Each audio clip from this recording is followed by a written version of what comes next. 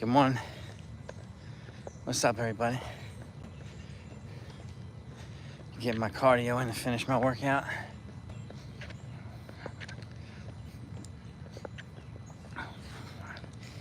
Give it a minute or two.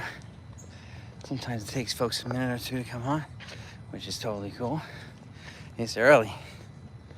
We're up with the roosters and stuff. So, it's the only time of day I have to get my training in. Now, take a way to start the day. Good morning. Good morning.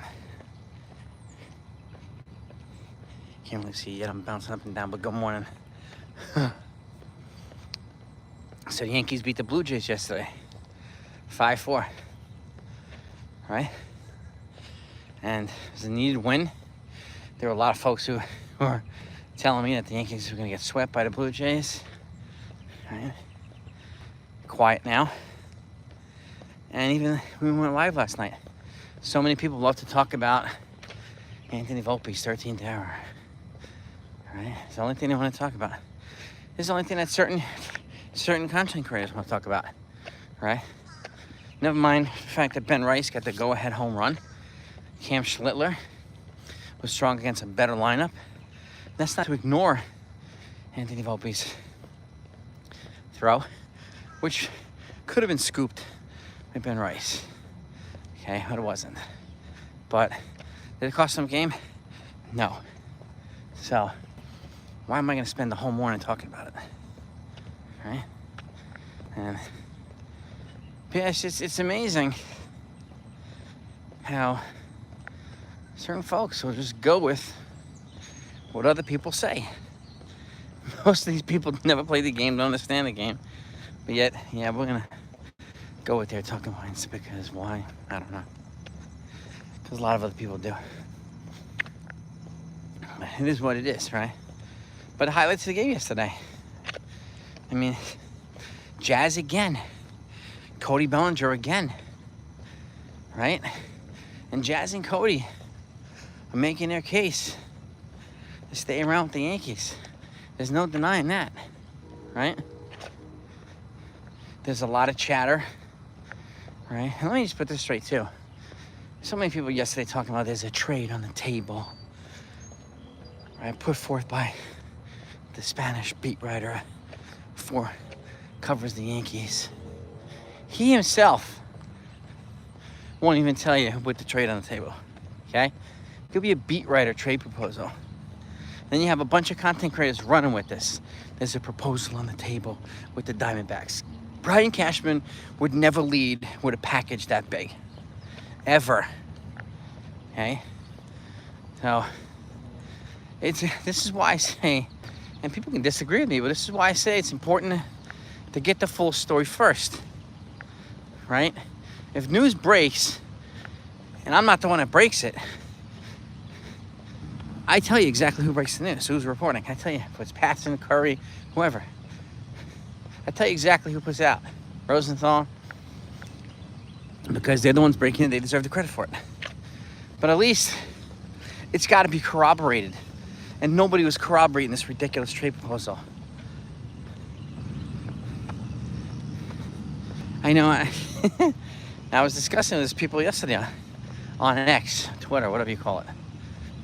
And even then, they couldn't acknowledge anything beyond this beat writer, right? Or this reporter, whoever he is, Ricky Ricardo, something like that. And there's other people on Twitter, I say, my sources are telling me, I'm constantly asking them, which sources? Can you corroborate anything? Never, ever do they corroborate anything.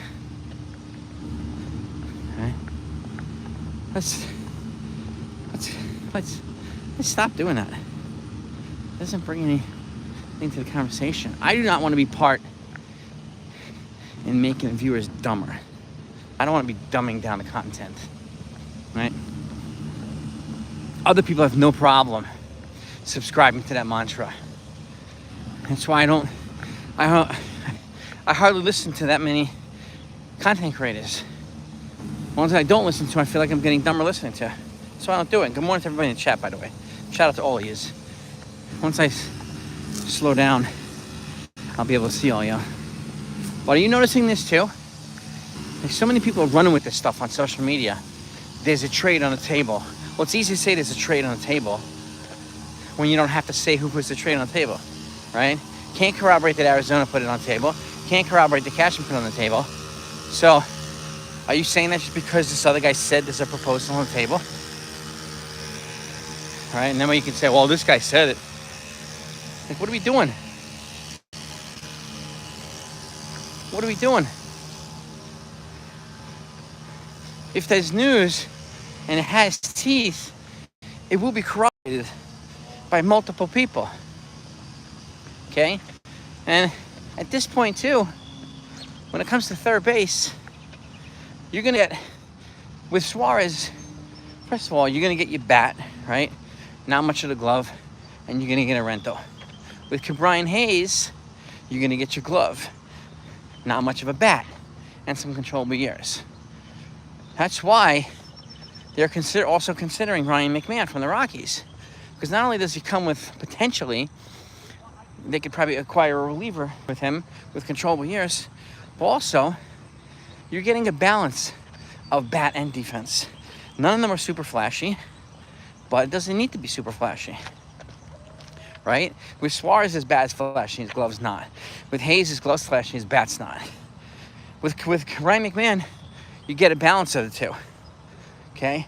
None of them is super duper top level, but does it need to be at this point? And where would he bat in the lineup here versus where he bats in the lineup in Colorado? We don't know yet. But if you can get Jake Bird with him or Seth Halverson, these are relievers with multiple controllable years, right?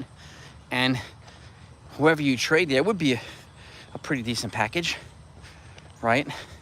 But they would be sending them to the National League, where we wouldn't have to be facing them and potentially getting punished by them on a regular basis. Now, I would keep an eye out. Even though they're in discussions right now on the multiplayer trade with Pirates. Nothing's happened yet. This is part of the game too, right? And this is the waiting game. Teams hold on and they bluff, or they hold on their price, and then the other side bluffs. This side counters the bluff, and so on and so forth. The calls the bluff. This happens all the time. This is part of the trade deadline craziness, entertainment, frustration, whatever you want to call it. And it's what makes this game fun, right? This is why I go live on trade deadline day for so many hours, because we could report all the stuff as it comes in. And that day, we are, what are we, 8 days from the trade deadline? 8 days. So there might be some trades that happen before that, but very likely trade deadline day is going to be crazy. So just like it is every single year. And that's why another reason why I'm live an hour or two after the deadline, so we can hear the last minute deals trickling in, right? And which is what I'm looking forward to. But you know, there are some people saying the Yankees are going to do nothing. There's some people that are saying the Yankees are going to do a lot. There's some people saying the Yankees should, blah, blah, blah. I mean, we've talked about this. I've given my insight as to, you know, what would probably help the Yankees. But again, I don't work for them. They probably don't agree with me. So they don't pay me. So, you know, and super big bug. I love it. They just come out of nowhere.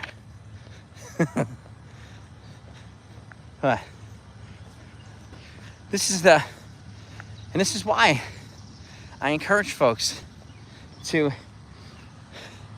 make sure that the story is accurate, because there's so many people overreacting on their channel on bad information just to get clicks and views, right? What's that gonna do? Nothing. And then the same folks don't own the fact when they're wrong later on. Never. But again, I can't speak for all of them either. And I'm not going to, and they can't speak for me, so that's just the way that it is, right? This is why I encourage folks to just, you know, breathe, right? Enjoy the win from last night. And again, it doesn't mean ignore Anthony Volpe's error. That's something they got to deal with. But we also know the guys that they would replace him, and I'd say this too, the guys that they would replace him with right now, Oswald Peraza and Yorba Vivas, most of the fans want those guys gone too. Which one reason I said, if you're going to get somebody like a Brian Hayes or somebody like Ryan McMahon, then it might be a good idea to add another infielder in a trade. Like Willie Castro, can you get a reliever with him, right? That way, if Volpe is having some pain or soreness or nursing an injury, you can sit him for a little bit. Let him rest. Let him do what he needs to do. And we'll have a major league player, a capable major league player, in his place. Wow, look at that. It's a big beehive right there. What the hell? I'm not going near that.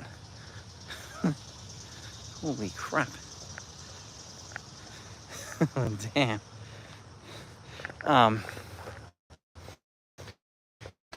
But Suarez is only going to do one thing, and keep in mind too, Suarez, the benefit of being a rental, for Suarez at least, is that if it doesn't work out, the Yankees can move on from him, right?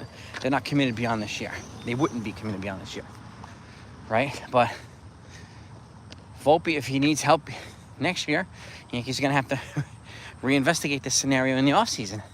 How can we give Anthony Volpe the support that he needs, right? Defensively, while he's working through some stuff. So, but that's just the way I look at it, right? And there's other people who like to spend their days trashing Anthony Volpe and trashing Aaron Boone for whatever reason, right? And those are the guys that will never get through to a major league manager or a major league player, because they're not going to listen to guys like that. So, this is why being reasonable and even level-headed is so important. But at the same time, not to deny reality. Reality is reality. What's the reality? Yeah, Anthony Volpe made an error. But what's the bigger reality? Yankees won. There were some better highlights in the game, right? Moving on today. Yankees aren't getting swept. They could win the series today. They've got Max Fried on the mound. And if they win the series, then they have a little bit of momentum going into their 3-game set against the Phillies, which is not going to be an easy task, especially since we don't have our 3 guys on the mound against them. Rodon, or Fried, or Schlittlerr. So, and that's something that you've got to factor in too. And the Phillies are a feisty team. They're still my pick to be the National League representative in the World Series. Yeah, we'll see if that actually happens. But they're still my pick. I think they're a better team than the Dodgers. Right? And again, Dodgers on paper, I don't really care on paper. On paper is not what's on the field. So it's a worthless conversation to have. It's a completely different product, right? Dodgers have, and again, just like the Yankees, they have a ton of injuries. So it has to be factored in. But we're going to spend our days blaming Dave Roberts for all the injuries like we do blaming Aaron Boone? No, of course not. So what the hell's the point? Guys get hurt in a long season, right? Muscles get pulled. You know, this just happens too. And I'll give you an example. It's kind of a stupid one, but I mean, I train pretty hard, right? 6 days a week. And morning, how we doing? And I do everything from strength to agility to speed to endurance training and the works. But a couple years ago, I was playing softball with my wife's company. I might have told you this before. But I hit a triple, right? Flew around the bases. Third base. Great. And then it's a pop-up.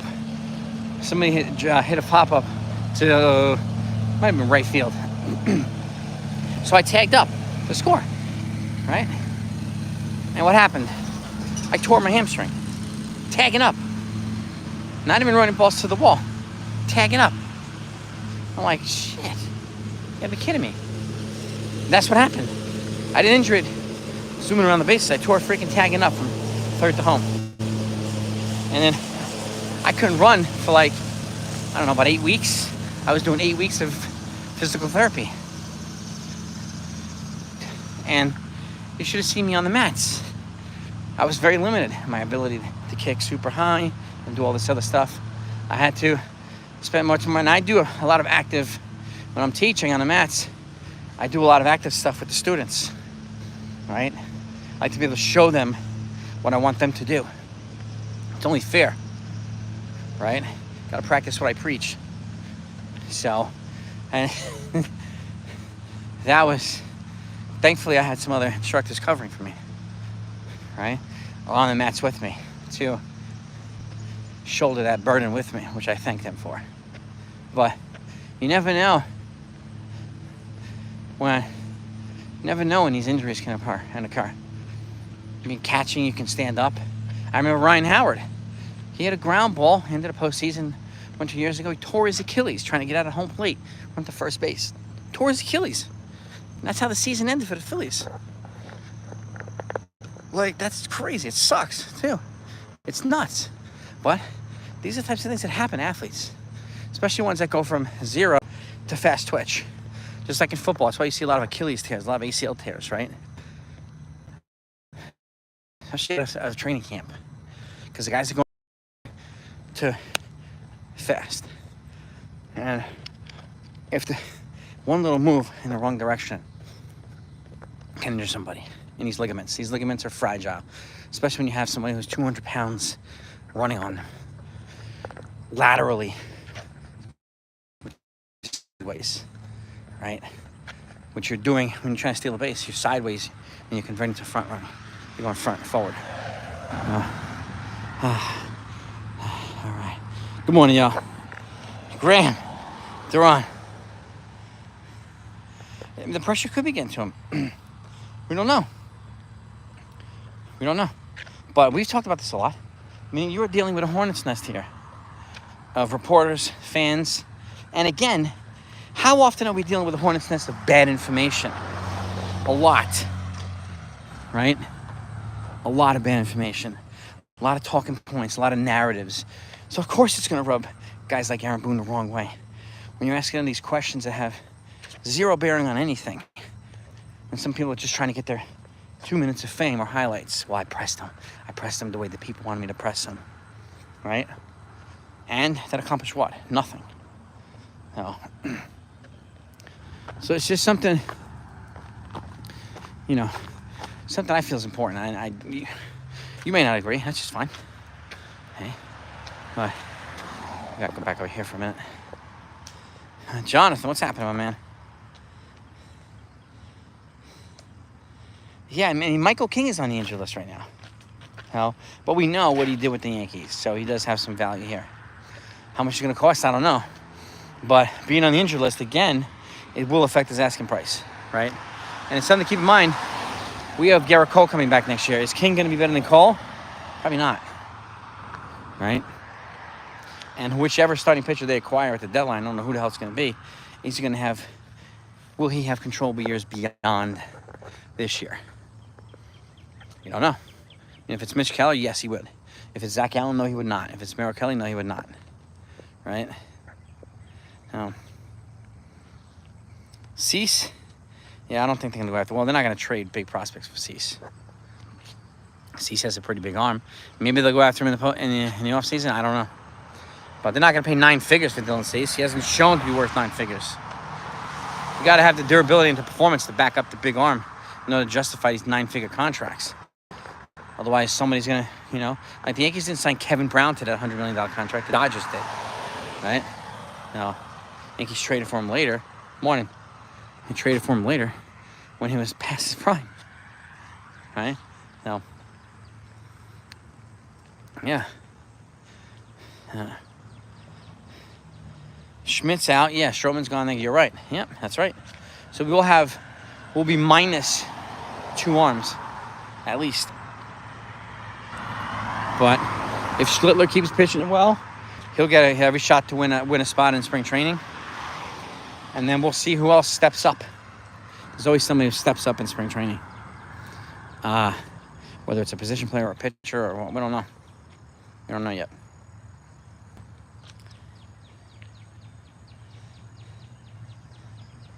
Beagle. What's happening, Beagle? Morning. Yeah, I did my 2-mile brisk walk. Did my strength training before that. So now I can go inside, make a smoothie for breakfast, and kind of shower and chill and get the girls ready for camp.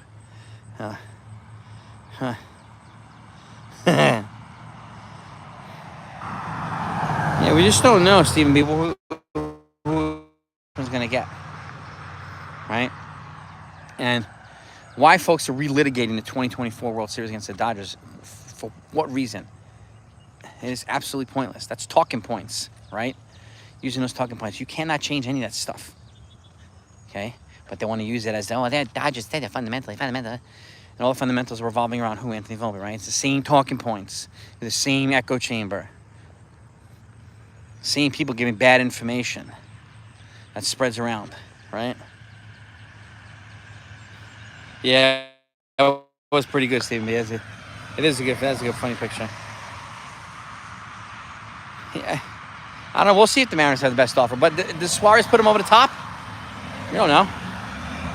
We don't know. If they have the best offer for him, so be it. So be it. Can't blame. This is the other thing too. Like, other GMs aren't going to call Cashman and say, "Oh, this is what I gave them. This is what I gave them." Give them an opportunity to up the offer. This is a shadow game, right? They deal with the GM of the Diamondbacks directly. And if somebody makes a deal that the GM prefers, then they make the deal, and all the other GMs find out later. So put forth your best offer. Your offer could be really good, and still can get beat. Just like the Yankees offer to Soto was good, $760 million. It got beat, right? It's just a reality. It is a Bruce Lee shirt, yeah. That's my dude. Bruce Lee, baby. Well, if I could have 10 people dead or alive over for dinner, Bruce Lee would be one of them. Bruce Lee would be one of them.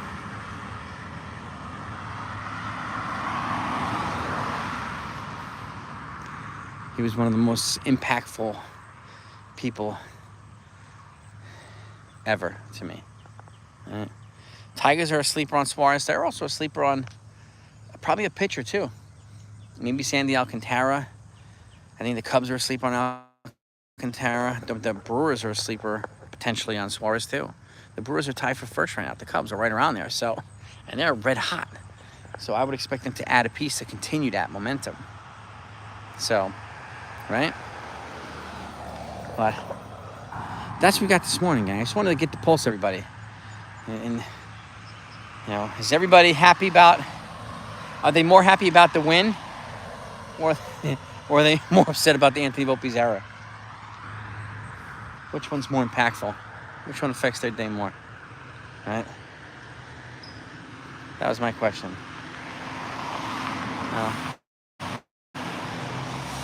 Yeah.